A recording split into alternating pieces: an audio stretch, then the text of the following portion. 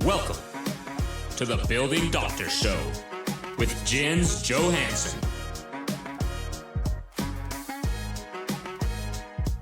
Hey, welcome to the Building Doctor Show. I'm your host, Jens Johansson. Glad to see you here to learn more about your buildings. It's Halloween season. What's scarier than a ghost? Opening up your attic hatch and finding thousands of dollars of water damage, structural damaged wood and framing, moldy drywall, attic partition walls, or a family of raccoons living rent-free. So today we're going to be exploring the real horrors inside and above your ceiling, and more importantly, how you can prevent them. And as always, remember, this show is for educational content only. We're not giving legal, financial, or engineering advice here on the internet. But don't forget to hit the like and subscribe buttons and ask those questions. Those all help our ratings. It helps everybody understand what you're going through. Maybe they're going through something pretty similar and they didn't think about that. So it also fuels our desire to create more of this content. So let's get into attics and roofs, because they work together. Today's agenda: the 6 ways attics get into trouble, kind of a myth versus reality, re-roofing, what you need to pay attention to when you're re-roofing, cleanup and remediation protocols. If you find some stuff, here's how to fix it.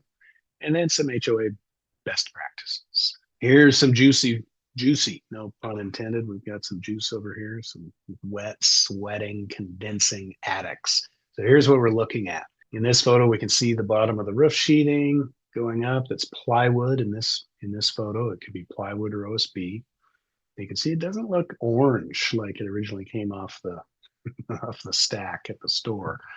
And then these are drywall attic partition walls. They can be called partition walls, party walls, fire walls, a variety of things. But basically, it's if you have a row of units, you'll have these walls going all the way up to the roof between each unit. And the reason they do that is if one unit's attic has a fire, it doesn't spread as quickly over all the units. And so we actually want these partition walls. But what these partition walls do, inevitably, is they break up the space and the ventilation flow in your large roof over multiple attics. And so they're something we have to think about. But essentially, they're drywall, and drywall and water don't get along, as you can see. The black and white and kind of yucky looking mold there. And then here's our trusses. This is our framing members that hold up our roof. And so we can get some, water damage on those starting and kind of growing in there. So this is a really condensing roof. And that means it's not, the moisture in the attic is not getting out. And in these sloped roofs, we have the insulation across the bottom, or basically your ceiling. We have the insulation there, and then the attic is open, but it's kind of this dead space. And we know that roof heats up. So if this attic space doesn't have airflow, it kind of turns into this sweaty box, and it condenses, and that water causes problems. Then we get into what happens when the roof sheathing gets a little too rotten or a little too much condensation. Here we can see the OSB that's under the shingle roofs. Here's some kind of vent, whether it's an attic vent or a bath fan, maybe. Here's the trusses going across. Here's a broken truss. I don't know if it was from too much water or what, but you can see the roof sheathing itself has turned to crumbly, chunky pieces. So while your roof membrane may have life left in it, if the sheathing underneath it is water damaged and needs to be replaced, we have to pull the roof off to replace that sheathing and do it right. So this is also kind of a good thing to talk about. We're going to talk about roof leaks, or bulk water. We call it bulk water. That's just a lot of water coming through a hole in the roof. And so that's coming down. It's going to hit this roofing membrane and come through some kind of hole or mislap around this vent, or some kind of mislap in the underlayment, and come straight through. Attic condensation and moisture is going to be kind of built up in this attic space. So we get into problems with the roof manufacturers saying, we offer a 25-year roof, we offer a 50-year roof. That warranty says my roof shingle or my roof membrane will last that long. But if your substrate is deteriorating for whatever reason, that's not our warranty. And so this is something to bear in mind. So in this photo, we've got a typical flat roof. This looks like a commercial building. But you can see we've pulled off some of the roof membrane, and our plywood is just soaking wet and has a lot of problems there. So in a flat roof, water can come through a hole and run under the roofing membrane. Think of it like a water bed, and the water can seep everywhere depending on the type of roof membrane. And so we can prevent that with different types. So there's little ins and outs we'll talk about here. But this is failed roof sheathing. All right, so the 6 ways. We got roof leaks, that's the bulk water monster. We got attic ventilation issues, getting that science right. We'll obviously talk more about that. Extra ventilation, getting into the attic. So the attic is only designed to ventilate itself. So if I have a duct from a bath fan that's not connected, or just duct it into the attic, there's attic vents, it'll just breathe out, and dumping more ventilation into it. Resident generated issues. Now, these aren't as popular, but they're real. So we have, humans can do things to raise more condensation or water vapor into the attics. Remodeling disturbances, we'll talk about that. And then design concerns, either when Mother Nature fights back or when the science isn't quite right. So, when we think about bulk water, we think about drywall ceiling damage. Your drywall's dripping and blistering and bubbling, and you've got a bucket in your bedroom, or you've got towels on your windowsill, and there's just water pouring through. The attic ventilation, we have a lower E vent and an upper ridge vent, typically in a sloped roof. Talked about that. Extra ventilation, furnace ductwork, bath fans disconnected, things aren't sealed right. There's water vapor is getting there where it shouldn't be there. One of the biggest resident generated issues is not using that bath fan when we're taking a long shower. So think teenagers. Hey, when I come into the bathroom after your shower, why is the mirror all steamed up and the cabinets are wet? That water is moving upwards through the house and through the ceiling into the attic. Remodeling, put a bunch of can lights in, especially in the top floor units. The guys would be in there, they'd cut a hole in the drywall, they'd kind of scoot the insulation away, they'd put their can light and never come back and pack the insulation back around it. So now we had an easy path for water vapor and heat to get up into that attic. And then design concerns are, shady environments built into the trees, never get sun to dry out. Maybe there's not a lot of air movement because of adjoining buildings, and the wind can't push through the event and out. And roofs with many angles. There's an interesting dilemma. When we started in kindergarten drawing a picture of our house, our roof always looked like this. It had a little chimney and it had a little door on the house. And so that's how everybody thought a nice big sloped roof should look. Now we get roof lines that have some wings to them, and we've got water coming down into a valley, or we want to make a modern home and our roof line looks like this. And then we're trying to figure out how to ventilate it, trying to slope it, trying to do whatever with it. So design can also play a part of that, because design's fun. We want a cool looking building. But now that we've changed the design, how does that make it work well? So those are the things we're talking about. Okay. Roofing material failure. We'll talk about how roofs leak. Roofing material failure is the typical thing. Kind of a typical lifespan. Composition shingles, those asphalt shingles, 20 to 25 years. You get into a tile, those kind of have a 40 to 50 year. Cement tile, clay tile. You have flat roof membranes, TPO, PVC, tar, torch down roofing. Those have a 15 to 25 year depending on type. So we're in your roof inspections, we're looking for some key indicators. We're looking for how those shingles, how the granules stay on the asphalt. So we call that granular loss. When you look at a shingle, you'd see consistent granules or kind of faded granules. You look in the gutters and you'd see a big pile of granular loss ending up in the gutter, clogging your downspouts, things like that. We're looking for curling and warping or buckling or cracking of shingles because the roof's too hot, so we don't have good ventilation. We're looking for ponding water on flat roofs, or low sloped roofs, we call them. So why do we have a pond? This isn't a pond. This isn't a lake. This is a roof. So why do we have this built up water here? Roof vents mislapped with the underlayment, meaning, just like a window needs its WRB on top of the flange so it sheds water correctly. A roof vent, if it's on top of the underlayment, it's a mislap. And so we want to make sure that underlayment's on top of that, then the shingle's on top of that. So everything is shingled properly, meaning the upper overlaps the lower. So those types of things, roofs without proper flashings. We'll talk a little bit about brick flashings, things like that. And then just the importance of visual inspection and annual inspection, maybe every 3 years inspection. Maybe there's an inspection that happens with your reserve study, kind of proactive replacement schedules. And so this is this HOA action plan for a roof inspection, at least visual.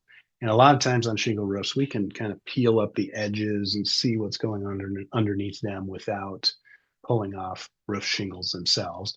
Pretty easy to pull shingles off. You just have to lace them back in.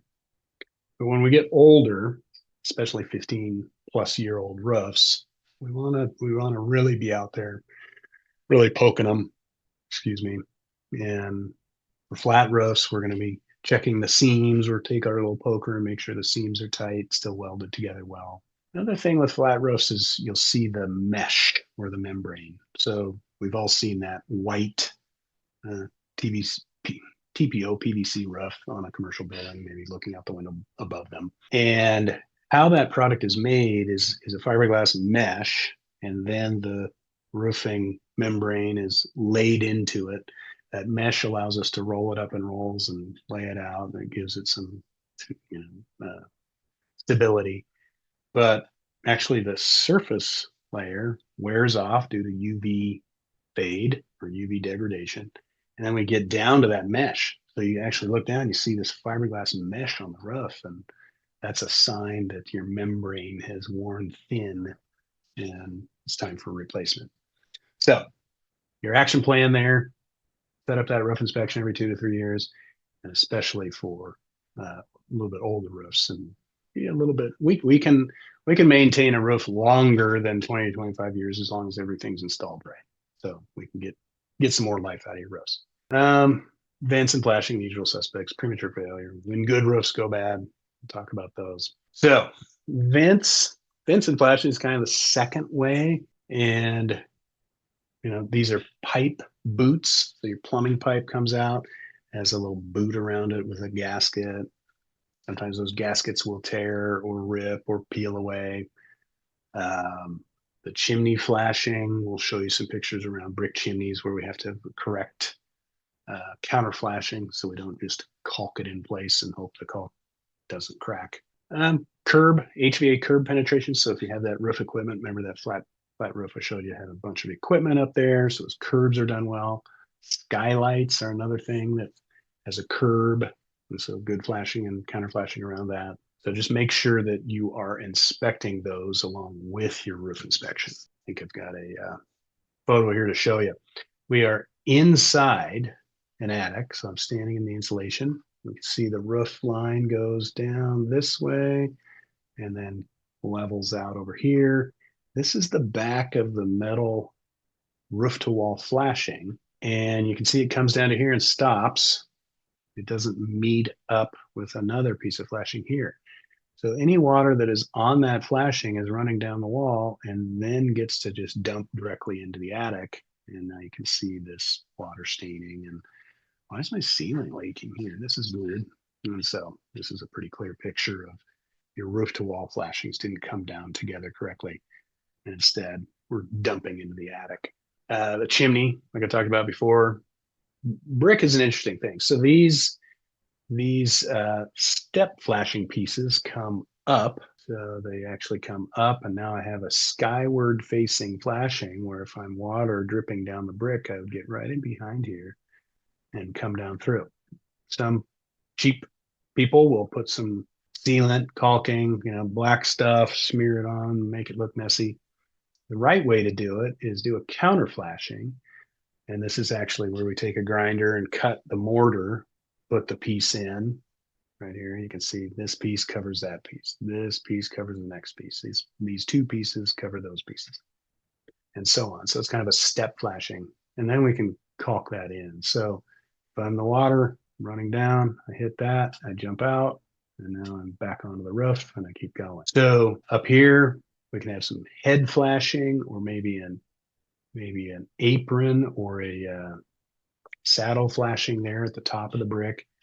So if I'm water cruising down the chimney, I don't get trapped behind the chimney.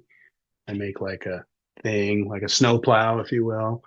So the water comes down, drains around the chimney instead of getting stuck on the back of the chimney. Skylights and things like that. So priority inspection areas, take a look at these things. I'm not so much worried about these shingles down here other than granular loss or chipping and cracking and any kind of wind damage I might see. And that's another thing. If I get a brittle shingle that curls, now the wind grabs it and rips it off, and it wouldn't be curling if there wasn't a problem, right? So these are things to look for in your roof inspection. Okay, the premature failure, when good roofs go bad. So this is installation errors, improper nailing, inadequate underlayment, poor ventilation. So it's heartbreaking when our clients come to us. I just had the roof replaced 5 years ago, and now I've got all these problems. Now I have to tear off this 5-year-old roof to get to that bad sheathing and get to that issue and replace it. Or what's even more heartbreaking is when they put a new hat on an old problem. And so they don't address those underlying issues and just put another roof on. And then that one goes bad. And then they just put another roof on, and then that one goes bad because they haven't fixed what's going on underneath it. The manufacturer versus workmanship warranties, kind of two different things. The manufacturer, again, is guaranteeing my product won't leak for 25 years, so it won't develop a hole in it. But the installer is giving a warranty for a certain period of time. And then you have other programs where we have like a 5-star premium warranty where the manufacturer steps in and covers installation issues as well. So there's different levels of warranty you can buy specifically for leaks and things like that. But bottom line, always have a licensed contractor with proper insurance, do the work. They've been trained. They've typically been trained by the manufacturer to be able to offer that extended warranty. So they're doing it like the manufacturer wants them to do. And then your deal is keep those detailed records of the roofing work, the warranties, and the contractors for future reference, handle claims. And that's one of the challenges of having a bunch of buildings, 23 building project. We kind of do the roofs when we want to do them or when they need to be done. And we've got different roofers throughout the whole place, and people can't remember who did what, when they did it, what products they used. And so that's the closeout documents that we have of this building has this roof on it with this kind of warranty, and this is the contractor that did it. So if there's ever a problem in the warranty period, call that contractor for that building, and so on. And so keeping track of that paperwork. So your action item is keep those detailed records and make sure you have the warranties in place and know who did what. All right. Now we're going to get into attic ventilation. And so here's a graphic of a functioning attic and a dysfunctioning attic. Dysfunctional. Okay. So the basic premise of the sloped roof is that we have air intake that comes in the low side and it gets to exit at the high side, basically through the stack effect from physics that says warm air rises. And so as this heats up in the attic, warm air is at the top. We have attic ventilation up high, whether it's a ridge vent or button vents, turtle vents. You can call them different things, but that's this example. Here's either a continuous ridge vent or another type of vent. So we get natural airflow that comes through here. In the functioning attic, we have any kind of fan or ductwork or plumbing flue thing has a duct that extends all the way out to the roof. And it doesn't stop here and just dump moist air into the attic. We've got can lights and things like that that are sealed and covered in insulation. And so we have a good adequate insulation. So this R50, these levels vary based on where you're at, but a good thick layer of insulation that holds the heat and water vapor down here and doesn't let it get up onto this cold roof surface in the snow time and condense. Or in the hot summer, where I'm running AC down here, cold air hits the hot roof, condense as well. So we want to let it flow out. So a couple of key things. We have what's called insulation baffles. These are cardboard baffles that we staple between the joists, which prevent the blown in insulation from getting blown into and covering those event holes or bird blockings and the circles you can see when you look up at your soffits. You'll see some circles or you'll see a strip vent. So we have good baffles to keep the insulation out. That allows good airflow. And then we have good ridge airflow. So it's usually a 50-50 split. That's what the code says. It allows us to take 50% on the low side, exhaust 50% on the high side. So on the dysfunctional attic, we've got no ventilation coming in. We have no insulation or minimal insulation. We have no exiting exhaust. And then we start, getting rain on the inside or condensation. Remember those slimy pictures we saw? That further compresses your insulation and wets it down. And then pretty soon it starts coming through your drywall. And then in the wintertime, if the conditions are right, you'll get what's called ice damming. And so ice actually forms out here because we have so much condensation and heat causing the snow to melt, but then actually build up and build up and build up. Pretty soon we'll get this big ice dam, big long icicles, and then we have it causes just more problems. So icicles may be pretty, but they're an indication that your roof isn't working right. And so you need to look into that. But here's kind of the concept. And then, one more thing. Here's our vents. So we have a 2-inch vent. We've got 2 inches of snow. We'll probably be okay. If you have a 2-inch vent and normally 12 inches of snow, now all of a sudden your vents are covered, right? So they're blocked by the snow. So getting the proper vent, making sure it's above the snow line, that's something to think about too. And that was winter conditions. These are summer conditions. So when we don't have good attic flow, the attics get really hot. And here's the easy way you can do that. Everybody, if you live in a pitched roof, you know you have an attic access. It's in a upstairs hallway or maybe the master closet or something like that. If you put your head up there, you kind of move that thing aside and put your head up there, you'll either feel air moving or you'll just feel no air movement and it's just blistering hot.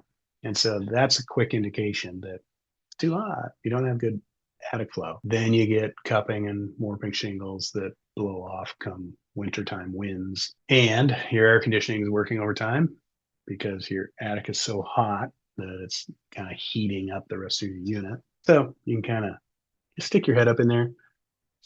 Have a little flashlight, look at your roof sheeting. If it looks black, call us. If it's pretty plain looking and you feel some airflow, pretty good. Just watch over those eyes that you see over in the corner and that's that family of activities. So, all right. So more juicy photos. So here's another attic we're looking up in. We've got a variety of colors on the roof sheeting. It's obviously black and even the framing. Now this attic looks like it's perhaps been coated in the past. So they do sell some mold treatment paint for these. Just paint it and that'll encapsulate the mold. Well, the mold's there for a reason, meaning you've got blocked ventilation. So just painting over your mold, the mold will just come back. And so this rafter was painted over and it's black again. And so don't get talked into, I'll just paint the stuff on your attic and it's a miracle stuff. And you have to fix the problem. Otherwise you're putting an old hat, putting a new hat on an old problem. So let's not do that. But if you look up and see this, let us know. So we can help you with that. Next slide. This one actually kind of had a doorway going into the attic, but you can see this was a finished, had some drywall. It's called fire taping. It wasn't perfectly taped, but it had the first coat of mud on it. And it was A106, but it looked like a petri dish in here. So all the nice, perfectly circular colonies of, that mold spore, even getting onto the door trim. Now these are gaps between your door trim and your drywall. So this air is getting into your unit. There's no rubber gasket on this door sealing everything. And so I would be concerned about air quality getting into this particular unit or coming through that attic access. This is an example of what sheathing, OSB sheathing look like. Nice, clean, orange. But we have some drippage happening on our trusses here. And so why is it accumulating here?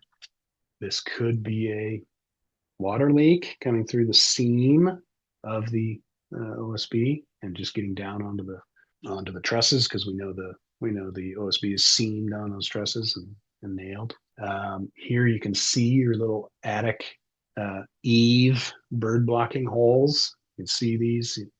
Dark attic, but I can see the daylight through them. That's a good sign. So again, when you're kind of poking your head up in there, look out at the eaves. Can I see daylight? If I don't see daylight, that means there's no ventilation. And when I'm shining my flashlight around, does it primarily look orange, or do I have some kind of ugly water stains on it? That's an indication of something going on. Here's another indication. So this is a lower type wall, probably a roof flashing leak again. One of the important parts to notice is we've got a mix of pink and brown insulation. This is that blown in cellulose insulation, maybe some fiberglass content in it. But some of it's black. And so sometimes it came in a dark color. A lot of the times it's white, pink, or yellow. And so why do we have dark colors around a dark water leak? The cellulose is turning dark and the insulation is getting moldy. And that's a good indicator that this isn't right. It looks like the top half inch is this dark color. The insulation itself will act as a filter. So if there's a lot of air moving around, insulation will kind of grab onto that air, and just like your furnace filter, it'll look dirty. Here's some more attics. So this is a series of trusses. I can see the roof sheathing. Roof sheathing is white and black and a whole bunch of different colors. And here's my holes for my bird blocking, but I can't see any daylight out of them. And so I've got the holes, but something's blocking it. Maybe there's some enclosed soffits on the outside. Who knows? But there's obviously no airflow in here. This photo, really dark, wet, slimy roof sheathing. I've got a gable end wall. This is OSB sheathing. Look at this white, just organic growth there. It's pretty. It's fascinating. Looks like white cotton candy, but not very good. But just lots of water. It's wet, moldy, nasty, poses some problems. This is a really black roof sheathing with like yellow drippage of sap or something coming through it. You can see it dripping down the trusses. Here's the exterior wall, this gable end wall. This looks like a kind of some type of vent, something hanging down through it, but I can't quite tell. But here's some more of that. White mold, black mold, all sorts of colors in here. This is a bad one. This sheathing probably has to be replaced. I doubt we're scraping it and painting it or encapsulating it. All right, here's some ice dams, some icicles coming down, causing more leaks. The problem with the ice dams is it backs the water up, and then the water can actually work its way up under the shingle and kind of go backwards. So then it gets around And you see here, here's the gutter with icicles coming out of it. Here's the space between the gutter and the fascia, and there's icicles coming out of that. So we have water flowing where it's not supposed to be flowing. And this has to do with poor ventilation and extra airflow, et cetera. So these peaked roofs are called cold roofs because the roof itself is usually cold. The insulation blankets at the bottom on top of the units, so that keeps the heat in there. The attic space is typically exterior, outside temperature. So we need the intake at the soffit, the exhaust at the peak, so we get this airflow moving through, and that prevents ice damming, reduces coolant loads, extends shingle life, does all these things. So that's a cold roof. Now let's talk about what a warm roof is, and you can Google warm roof design, and you'll see what I'm talking about. But in a warm roof, if we had a pitched roof, like a vaulted ceiling, for instance, the insulation is either up against the roof or on top of the roof. And so that whole space now becomes conditioned. And it's usually seen in flat roofs or low slope roofs where you just put the insulation on top. And so the joists now are part of the conditioned space. And we can do that with spray foam. We can do it with insulation on top of the sheathing deck. Here's a couple of examples, often done in commercial, but in this example, you can see the roof rafter. We've got some sheathing, and we've got this layers of solid foam, then the roof membrane. And so this whole attic is now part of the conditioned space. And it makes more sense over here in the vaulted ceiling where you have the angled ceiling. And you can see the whole joist bay is filled, and maybe there's even some insulation on the top of that roof, but I'm making a warm roof essentially. Here's a good description of how it goes on there as well. If you're looking for roof rafters, then the roof deck, then insulation, then roof membrane. So these will change the aesthetics. You can see I'll have a thicker fascia. I'll have a taller, it looks like a thicker roof than a thinner roof. But everything on top is designed to be water resistant, stop the heat flow. And there's little ins and outs. I put my foam sheets. I offset the gap so I don't get any channels for cold air to go all the way through and cause problems. So all that is part of roofing design that we can help you with. So one of the problems we see, I talked about spray foam. Let's assume this is spray foam. Spray foam was originally, it's an expanding foam. And so we used to squirt it around windows and it would kind of expand and fill the gap. And somebody said, why don't we spray it into the whole joist bay and it'll fill the gap and we'll shave off any bottom and then just put drywall on there. And that's an effective insulation. What we started doing in the field was something called flash and bat. So we would spray just 2 inches and then put fiberglass bat up against that.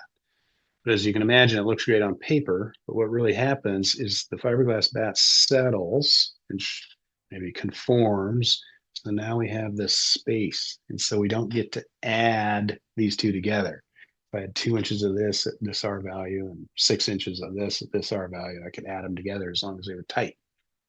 When they're not tight, now I have one layer, dead space, another layer. So I can't add them together, and I have that dead space again that's not ventilated right.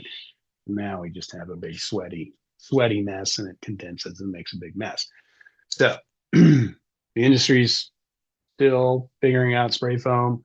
Spray foam done well is very good, but kind of this hybrid flash and bat, we're starting to see lots of problems, and we'll see those in the 8-pack townhomes where they tear down one house or 2 houses and build 8 townhomes with a flat roof and rooftop decks, and we're seeing all sorts of problems in the roof system. And then kind of special situations where we have gable end framing and ventilation kind of coordination. We've got these party walls where we're trying to maintain ventilation paths. And then we have kind of consistency across units for multifamily buildings. So these get into roof designs. So in a typical A-frame with ends as opposed to a hip roof that has those ends tilted and roofed. So it's kind of a four-sided roof. The end units now have a little different, it's kind of a triangle instead of the middle units that have this piece of roof. And so those end units, we get into trouble with getting them ventilated properly. So that's the consistency across the unit types. Then the party walls, like I talked about, block the airspace. And so you got to kind of bring those into the plan. So as you can see, when I'm trying to calculate ventilation, I really have to be able to get up in the attic and see a few of these types and understand how these buildings are put together. So that's really important to, if we're putting a new roof on, we want to make sure we're inspecting and understanding how the roof is constructed with its party walls and things. So extra ventilation that shouldn't be there. I would say 30 to 40% of the attics we inspect have bathroom fans that dump directly into the attics. And so the idea, the fan installer says, hey, the attic's ventilated. Who cares? Let's just just don't even put a duct on it. Let the fan blow into the attic. The attic has these vent holes and it'll just get out. Don't worry about it. But if that hot shower can steam up the mirror and steam up the walls, and the walls will get wet, especially a long, hot shower, or even 2 showers a day in the morning and after sports practice when they get home, these types of things. It really is dumping a high level of water vapor into that space that wasn't planned to be there. And so this is a bad idea to just duct things into your attic. So the next thing, we have ductwork, and it was attached to the bottom of the roof vent, but nobody secured it, whether it's duct tape or screws or hose clamps. And over time, it fell loose and is just laying in the insulation, blowing things into it. So I want you to think about any kind of fan is going to take the temperature of the room below that the fan's drawing it out, and it's going to take the water vapor. And so the water vapor, how does anybody with glasses clean the glasses? You blow on it and wipe them off. And that water vapor allows you to kind of clean your glasses, right? So you know what I'm talking about with the showers steaming up. So here's some calculations there. A 10-minute shower can add half a gallon of water vapor into the attic. And so people taking a 20-minute shower, and you got a gallon of water vapor up there. So that's why it's important to get it up and get it out. So inspecting to make sure exhaust fans are hooked up properly. That's a real big takeaway. Okay, here's an example of a metal ducted exhaust fan, kind of weirdly attached. So this is sheet metal tab. So the sheet metal guy cut a circle and he kind of stuck it out the hole. He didn't use a prefab gasket. We got some kind of duct tape on here. Here's the edge of the duct tape, but we have these joints exposed, and we have uninsulated. And so this ductwork is insulated, wrapped with fiberglass insulation. Why? So if there's a lot of hot air in this ductwork, the metal will condense. And you can see the drippage lines on the metal actually from condensing air or condensation on the metal. That'll drip down to the drywall, and people complain about my bath fan is leaking. Well, there's no water in your bath fan. It's either coming from the roof vent, which looks like it's leaking, or dripping down the pipe because of the condensing vent, because it's hot air, like furnace, water heater. Maybe it's a water heater flue. So that's really hot air in there. And then this kind of pattern, it's below the vent penetration. So it could be a leak, either lapped wrong, your raincoat's tucked into your rain pants. That would be a mislap. You want your coat over your pants. Or kind of this is a goofy flange, like I said before. Maybe this is just hot air that's exhausting onto the cold sheathing. But you can clearly see we have black OSB around this vent. We also have it around the edges or the seams. We also have some stuff over here too. So we've got some issues in this attic here with this ductwork. So insulation, sealed pipe, and then, let's see, let's go back to that. Any kind of exhaust gas. So furnace, water heater, this would be, um, carbon monoxide, things like that. So here, yeah, that's this issue. So water heaters and flue pipes disconnected. So not only do we have a lot of heat, we've also got carbon monoxide. We've got water vapor from your furnace or the gas combustion. And you'll get all sorts of code violations and liability concerns. But as a part of your inspection or attic inspections, you don't have to do every attic every 2 years, but we're going to sample these attics in this building in this 2-year cycle, then the opposing attics or the ones that didn't get inspected in the next 2-year cycle. So we're getting into enough attics in building B to be able to see what's going on up here. And then, of course, you're paying attention to maintenance concerns if somebody complains about water leaking through their vent fan. So, but carbon monoxide is a big deal from the gas combustion. Keep people safe. So these HVAC inspections should verify proper ventilation. And then, we've got fire flue vents that we have a roof overflow drain dumping into the fire exhaust vent. So this really isn't an attic thing, but we've got HVAC stuff. And so these roof overflows only activate when your roof drains are clogged. So they go to the exterior. So when it's raining and you see, why is there water coming out of that thing? Oh, that tells me my roof drain is plugged and I better go up and fix that. But if we're going to have roof water draining into our flue pipe, it'll probably mess up your furnace and things like that. So we want to make sure we're looking at all these things. And then leaking supply ductwork. So we kind of talked about that. We saw the tape barely wrapped around things. This is more when you have a furnace. Whoever, I can imagine who thought of this idea.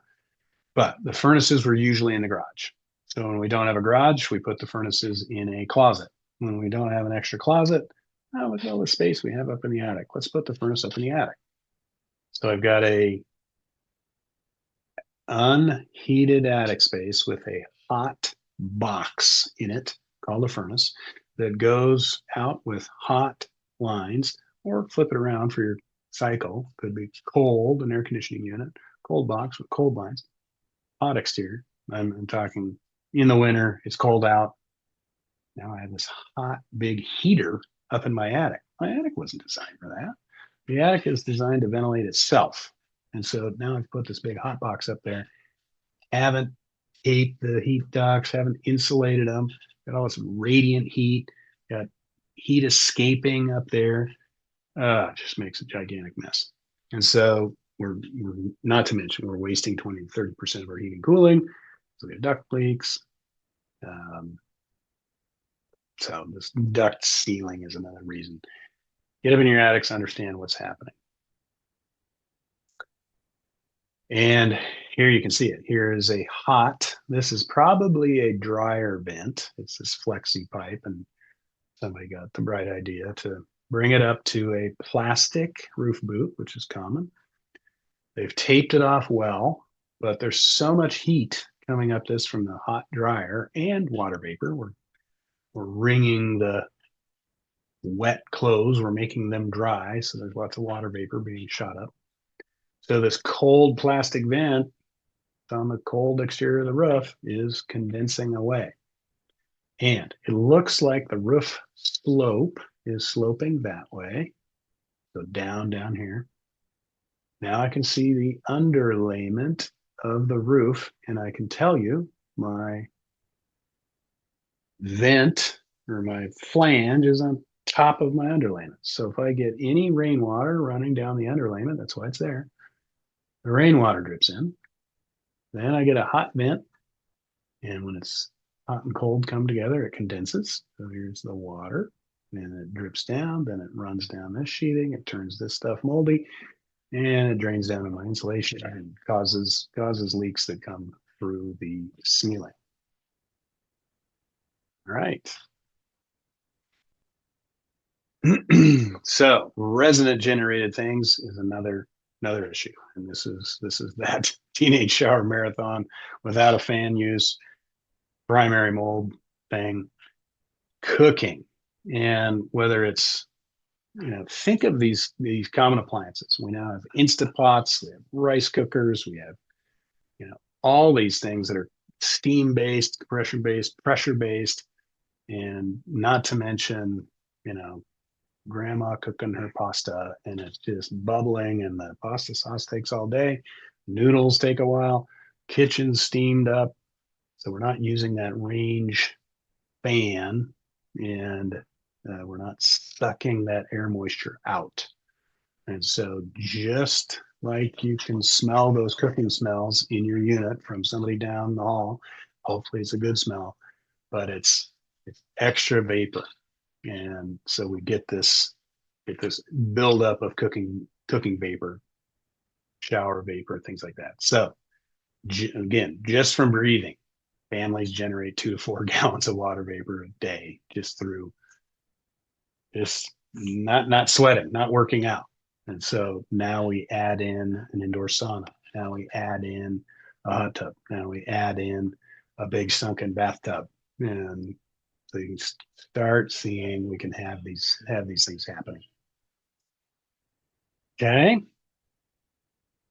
Then now we get into non-functioning ventilation. So we've got failed fan motors. We've got clogged filters. We've got dryer vents that have too much lint in them. The residents don't report because they don't notice. The CCNR responsibilities, what's common area versus what's unit. And so, the association sends around people to clean the dryer ducts, so why don't they clean my fan ducts? Okay, well, there's a distinction there. And so most bylaws that I've read say the resident is responsible for the appliances, and your bath fan is an appliance. Your furnace or water heater is an appliance. And so residents just don't know, or they don't want to report it because they don't want to pay for it. And so it's a little bit of HOA consideration there. We might want to inspect some bath fans for adequate operation. Here's a tip. We've got some of these old, I turn on the fan, it makes noise, it must be working. So take a square of toilet paper, hold it up to the vent, and if it sucks that toilet paper up to the vent, it's working. If it's just making noise and not pulling it up to the vent, it's not working. So these are, and then we have fancy CFM calibrated machines we can put up and tell you exactly how many CFM you're moving. The old code used to say 50 CFM is adequate. That code has moved up to 70 and even 90, depending on where it is in your house. And so we've got an old fan. It's an old, mid 70s place. It's an old fan, probably doesn't work well, etc. Probably time to replace fans, but it still makes noise. Okay. So sometimes we'll, like your hotels, we'll tie the light fixture to the fan. And so when I flick the switch on, the fan's on, right? So we're not depending on a resident or a teenager figuring it out how to do that stuff. There's other ways you can put your fans on a humidistat switch. So if it's humid in there, the switch turns on. And the other way, before fans, we would have to open the window. The term crack the window, open that window a little bit when you're taking a bath or a shower. And that was the idea. Let the steam out. All right. More crumbling. You can see the OSB is just crumbling. And you can see water droplets on it, and not to mention the black goo up in there. All right. So communication strategy. So this is again talking to the residents, and basically it's use your fans 15 minutes after showering.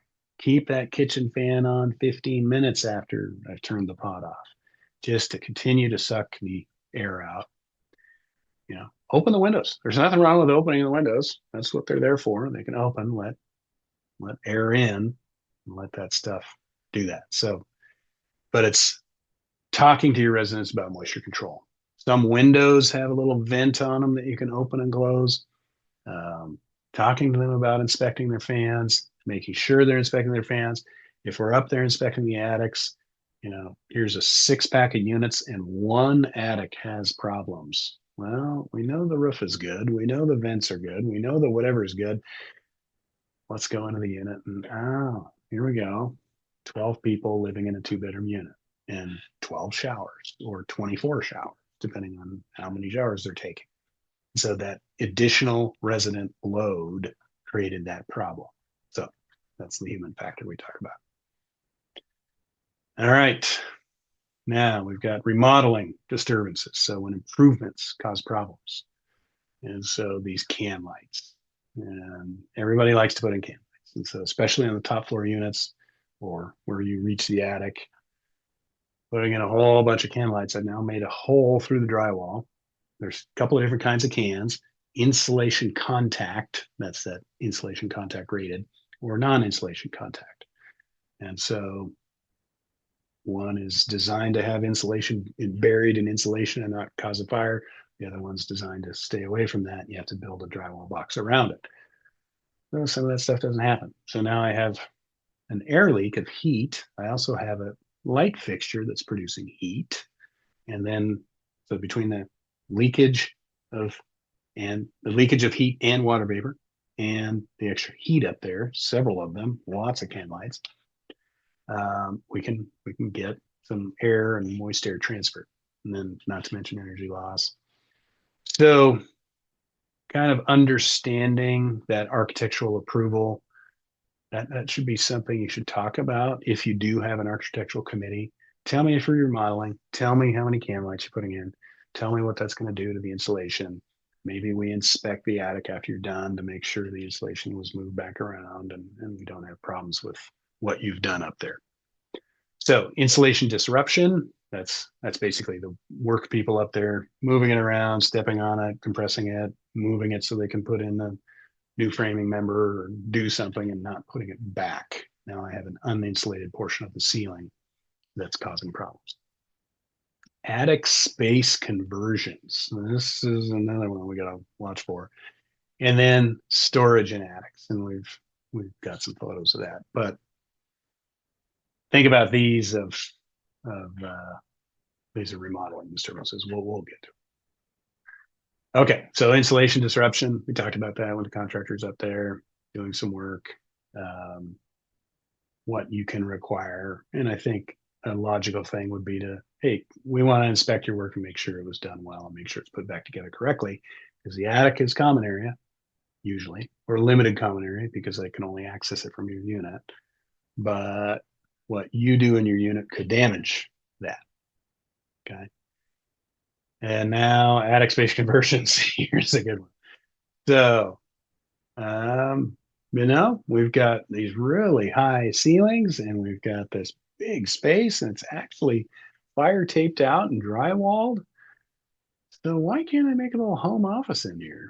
I mean, I don't mind that roof drain leader coming down through my desk or the, couple of droopy lines. I mean, this wasn't really intended for occupied space, but I can fit through that hatch and I can move a little desk in there and I can have a little private home office. This is great. This is actually great. It's not disturbing anything. It's not disrupting the airflow. It's not disrupting stuff, but you can see where people look in there. Oh, look at all this space. I can pack it full of junk, like in the right picture. So Christmas supplies, Halloween decorations, boxes full of junk. Now, this is more of a problem to me because I don't have adequate ventilation. I don't see any ventilation at the roof. I'm like, no, the stuff's up here. It's a weight issue. It's compressing the insulation. It's proper storage kind of a platform. One box of reefs isn't going to hurt anything, but like you see now, it's just packed full of junk. That's what storage units are for. Go get a storage unit. Keep it out of your attic. So when you give people the opportunity, they will of course be interested in it. So it's you gotta check it again. What does the HOA do about this?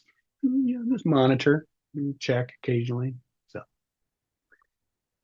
and yeah, we talked about some of these weight limit things, typically 10 pounds per square foot or less. So how many boxes? If it's a heavy box, it's more than that. And you get into fire hazards, breast insulation, proper storage, maybe just difficulty accessing it. You might fall through the ceiling when you're getting to it. So not a great idea. All right. So kind of the last area we're talking about here is design concerns. And so specifically with flat roofs or low slope roofs, we'll call them, we need a minimum slope to drainage, and code tells us 1/4 inch per foot. 1/2 inch per foot is better. We're keeping that water moving. We don't want ponding water, and that's defined as water remaining 48 hours after a rain. And so that language comes from manufacturer's instructions saying, we don't mind the surface getting wet, but if the water's still there 48 hours later, it's an issue. It shouldn't be hanging out if you have proper slope. So this accelerates the membrane deterioration. It increases, leak risk, moss growth, etc. When you are re-roofing, correct the slope. We can add some of that insulation. We can add tapered insulation, and so we can really get the water moving again. And so the trick around flat roofs is don't be a dope. Slope. Get your water running. Then if you're going to be re-roofing it, make your drains bigger and make your tapered membrane, more tapered. So a couple different photos. Here's an old torched down or built up roof.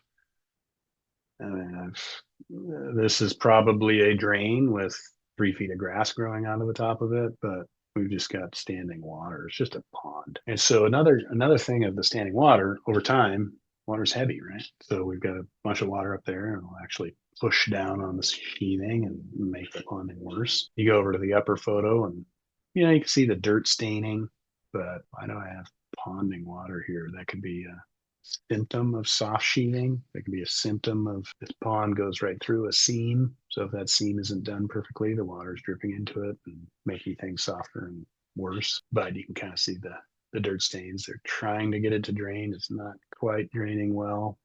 And so in a re-roof, you can look at that and say, hey, let's fix this condition so it's no longer an issue. Here's your heat bump. This is what's called I talked about it before, curbs, built up curbs. So I've got a little 4-inch curb. If I get 6 inches of snow, the snow is now over the curb and it's kind of working its way in.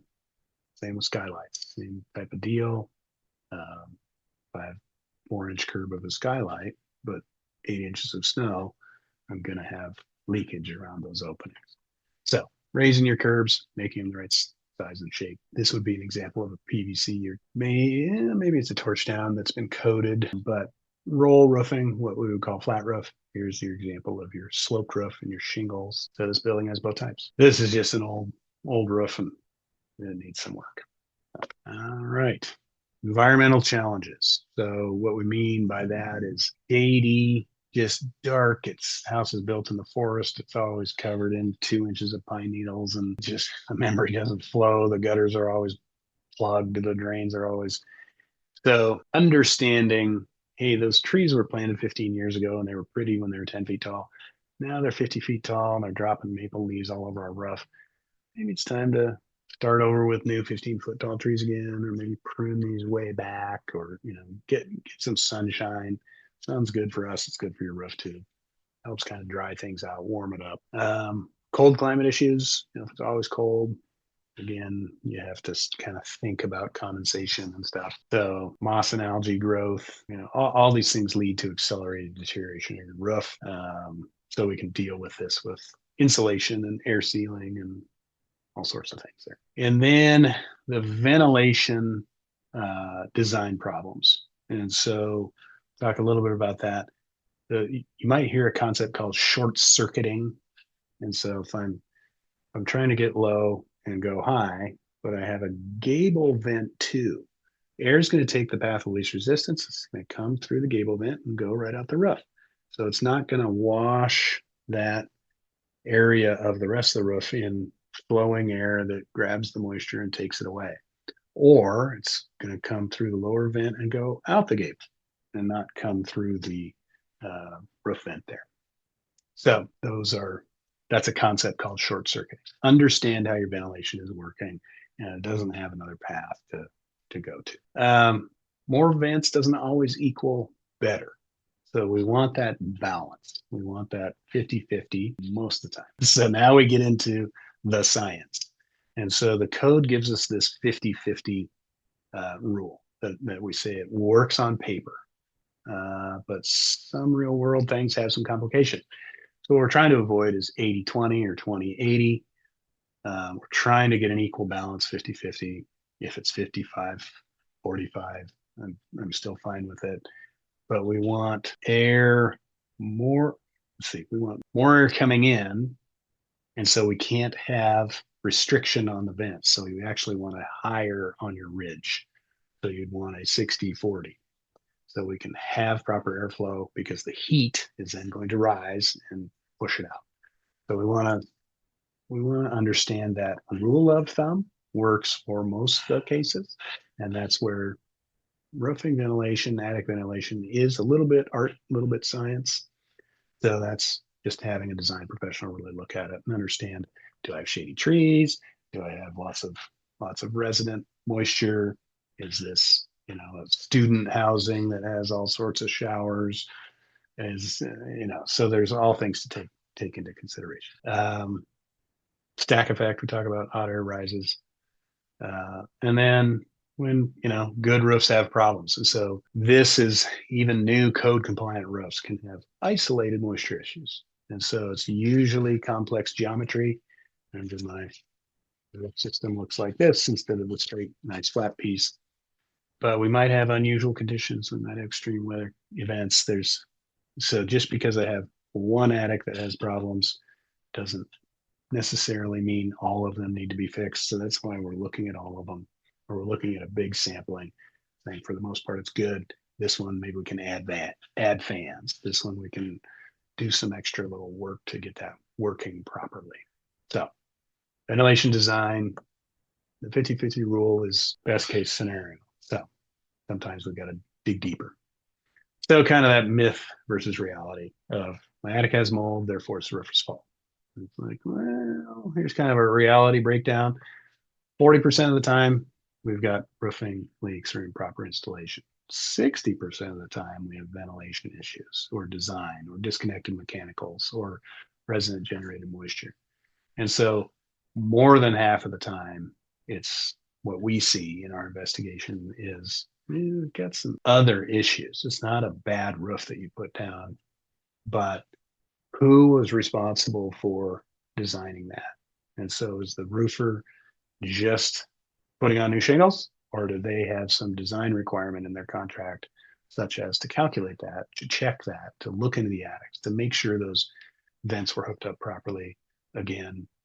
And it's kind of hard to hook up a bath fan from the outside, right? So if I'm taking the roof off, I have to pull up on the old fan. I got to grab that ductwork, hope there's enough slack in there, cut off the old thing, take the new ductwork and put it on there, tape it up or screw it on, reset it, get my new underlayment lapping correctly, maybe lift it up again and tuck things underneath it. It's like making a bed.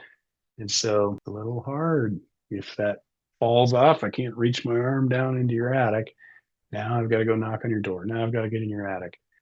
And the roofers are going fast. And so, but you can write that stuff into the contract. Okay. So misdiagnosis leads to expensive roof replacements. It doesn't help. proper investigation before spending reserve funds on things, attic inspection by somebody, not just the roofer. We're identifying moisture sources, maybe thermal imaging, addressing the root cause, not just symptoms. And I know we're running a little long here, so I want to get going here. So in a re-roofing project, we want to, when that roof comes off, let's fix what's underneath. Make sure the mechanical systems are up to date, the penetration details, metal versus plastic. You get a plastic boot for $9 and a good metal one for $12. They're worth the money. So that's the vent material quality we're talking about. Ventilation reassessment, correct versus just replacing what was there. Oh, you had 4 vents, so I put 4 vents back, and it's like, but I was underventilated at 4 vents. I needed 8 vents. Well, it's not what was there. I didn't bid that. So it's that type of argument. Roofing product changes. Noticing, we're always the market is full of new and improved things, and have they been tested? Are they the best? The old stuff worked. Why aren't we still using it? So, roof to wall flashings, that's pretty common detail because that requires maybe a couple rows of siding to come off to get new flashings under the siding, lapped correctly with the WRB, now into your roofing membrane. So the roofer says, I'm not a carpenter. I put on roofs, so I'll put a roof up to your siding. And so it's not flash drain. We're talking about lower and upper layers. The metal vents versus the plastic ones, they last 200% longer. And some the plastic ones get brittle, they chip, they break, they crack. Metal ones don't. Pipe boot flashings, rubber neoprene boots for $15. The lead boots, I know lead is bad, but lead boots last 100 years and they're $45. So, you can kind of go through those selections there. And then the venting, continuous venting is the best. Continuous ridge vent, continuous soffit vent, as opposed to every other joist or every third joist. Truss bay, we've got vents, and so continuous is best. And roofing product, changes, slope, changing the slope, changing the drainage, and kind of a cleanup. So when prevention fails, proper attic remediation, we're understanding what's structurally damaged, how the insulation's working. Can we scrub it, sand it, blast it? Can we use some mold preventative coatings with some warranties? There's all sorts of things you can do there. And there's actually some good ones. And then, so kind of a best practices here. Let's get these regular roof and attic checks done. Let's document and gather these documents and save them for the maintenance logs, repair history, the warranty information, the contractor, things like that. Reserve study, coordination for full replacements, repairs, and actual versus estimated costs. Resident education, move-in moisture control info, kind of an annual reminder, kind of remodeling guidelines. Not be annoying, but we can communicate that this is important. And then clear CC&R governing document definitions, unit area versus common area responsibility. So, who thought we could talk about roofs and attics as much? So if any of this sounds familiar, use the QR code. If you like to type, just type learn.j2consults.com/consultants on call and get on a free 15-minute phone call with me. And we can walk you through that.